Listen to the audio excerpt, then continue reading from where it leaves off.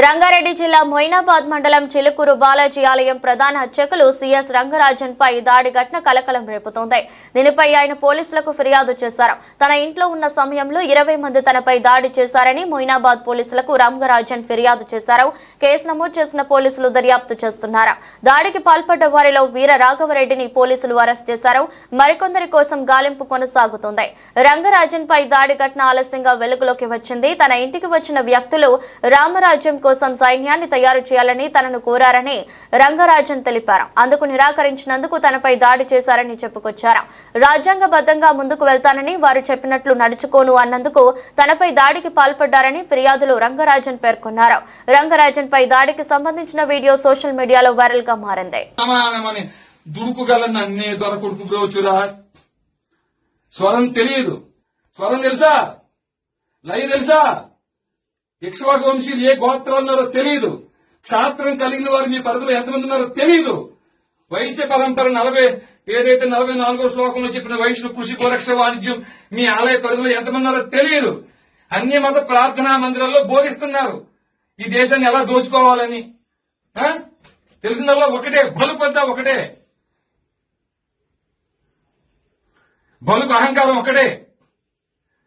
మీ స్వామి ఎప్పుడు దదుర్బాణాలు పట్టుకొచ్చి మీ మాటలు వింటడం ఉన్నావు. ఈ అర్చక పురోహితులు మీ పని ఇది. మీ ఆలయ పరిధిలో క్షాత్రం కలిగిన వారు ఏ గోత్రాల్లో ఉన్నా, వైశ్య పరంపర వారు ఏ గోత్రాల్లో ఉన్నా ధర్మస్థాపన కోసం కలిలో రామరాజ్యం ఏర్పాటు అయ్యింది. భగవద్గీత 4వ అధ్యాయం 7-8 శ్లోకాల ప్రకారంగా. అయ్యా వీళ్ళు అనుకుంటున్నారు ఏమిటి, నా వల్ల ఎక్కలేదు నాన్న, నేను ఎగ్జామ్ లో ఫెయిల్ అయినాను, అన్నావు కదా, చెప్పింది వింటూ నేర్చుకో. ఇలా చూడు, అవకాశం ఇస్తున్నా, ఉగాది వరకు సమయం ఇస్తున్నా నీకు. రామరాజ్ ఉన్నంత పక్కన పెట్టు, రామరాజ్య స్థాపన కోసం పనిచేయి. ఆ తర్వాత లేదా ఎవరో కాపాడతారు, ఎవరో చేస్తారు, రిట్ పిటిషన్లు, ఎస్ఎల్పీలు వేస్ట్, క్యూరేటివ్స్ దాకా ఉన్నాయి, వాళ్లే దొంగలు.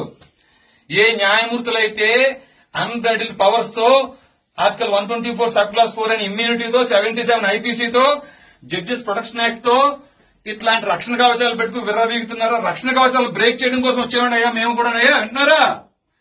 మేము వచ్చిందే న్యాయ వ్యవస్థ తోలు తీయడం కోసం. వాళ్ళ దగ్గరికి వెళ్ళి భిక్ష అడుక్కుంటావు నువ్వు, వెళ్ళి వాళ్ళ దగ్గరికి వెళ్ళి రిట్రిషన్లు వేసి వాళ్ళు కొట్టేస్తే ఇంపీచ్మెంట్ చేసే అవకాశం నీకు ఆర్టికల్ 124 సబ్ క్లాస్ 4 ఇచ్చిందా? ఇచ్చిందా మీకు? కలిని బంధించడం కోసం వచ్చామని ఆయన మేము వచ్చింది.